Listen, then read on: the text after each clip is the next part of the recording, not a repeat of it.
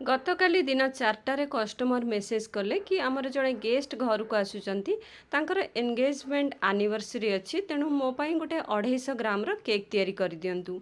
मु कहले 250 ग्राम हबनी मिनिमम 350 ग्राम हब।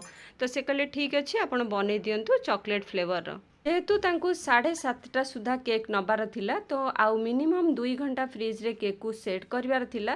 तेणु मु एते कौन डिजाइन 350 ग्राम रे हबो बोली किसी भी भाभी पारलिनी किंतु फास्ट 100 ग्राम प्रीमिक्स नहीं कि मु केक टू को तैयारी करदेली आउ ताकू 2 लेयर्स रे डिवाइड करिकी मु ताकू आइसिंग कली।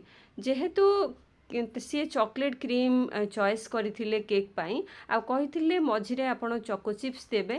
चॉकलेट क्रीम ऑलरेडी टिके भारी हे जाए तेणु केमती कौन करी सेटा भाविकी सेठू केक को मु 2 लेयर्स रे से डिवाइड कली ताकि क्रीम कम जीवो केक रे। केक देखिबा पाई टिके बड़ लागू सेति ताकू मु 5 इंच रो केक टिन रे बेक करथिली। आ मु भाभी ऊपर बहुत सारा गार्निशिंग देविनी कारण सी मते मेसेज करथिले जे एम आउ मझिरे हार्ट लगे के भी लिखिबा पाई आउ सेतिपाई मु भाबिली जे मु गोटे काम करूची आउ टिके स्पंज रो क्वांटिटी अधिका कर देउची किंतु आपण जदि ऊपर गार्निशिंग अधिका टिके लगेबा को चाहुचंती ताहले एठी 90 ग्राम प्रीमिक्स नेबे आउ केक तैयारी करके आपण केक को आइसिंग करिवे आपनकर परफेक्ट वेट आसी जिवो।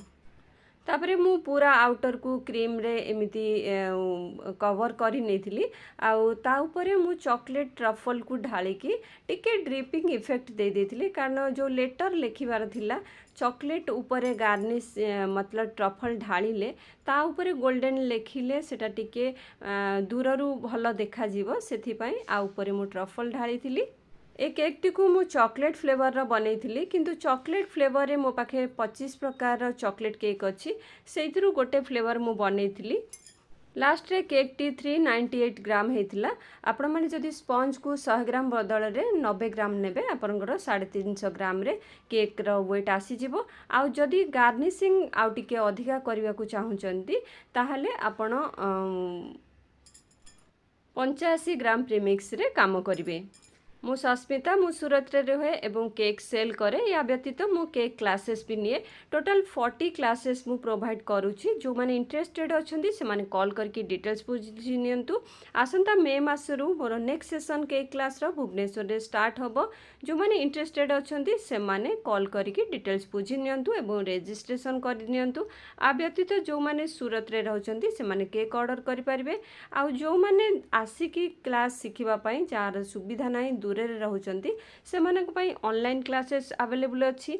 आउ सिंगल रेसिपी जो माने इंटरेस्टेड अछंती कार ब्राउनी रे सिंगल रेसिपी दरकार कार सुगर फ्री रो सिंगल रेसिपी दरकार कार डोनट रो सिंगल रेसिपी दरकार कार पिज्जा रो सिंगल रेसिपी दरकार तो से माने सिंगल रेसिपी नै परिबे।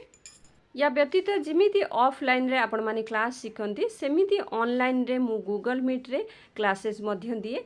जो माने जो क्लास पाई इंटरेस्टेड अछंती से माने कॉल करके बुझी पारिबे। आ व्यतीत आइसिंग केक अछि छेनापोड़ रसगोल्ला रसमलाई सबू जिनसर एठी क्लास अवेलेबल अछि। आइसक्रीम रो भी अछि बिरयानी रो अछि बहुत सारा क्लासेस अवेलेबल अछि। आपण जदि डिटेल्स जानिबा को चाहउचंती कॉल करके बुझी पारिबे। या व्यतीत प्रतिदिन 9:30 राति 9:30 रु 10:30 मु डाउट क्लियरिंग क्लास रे आसे आपण माने मते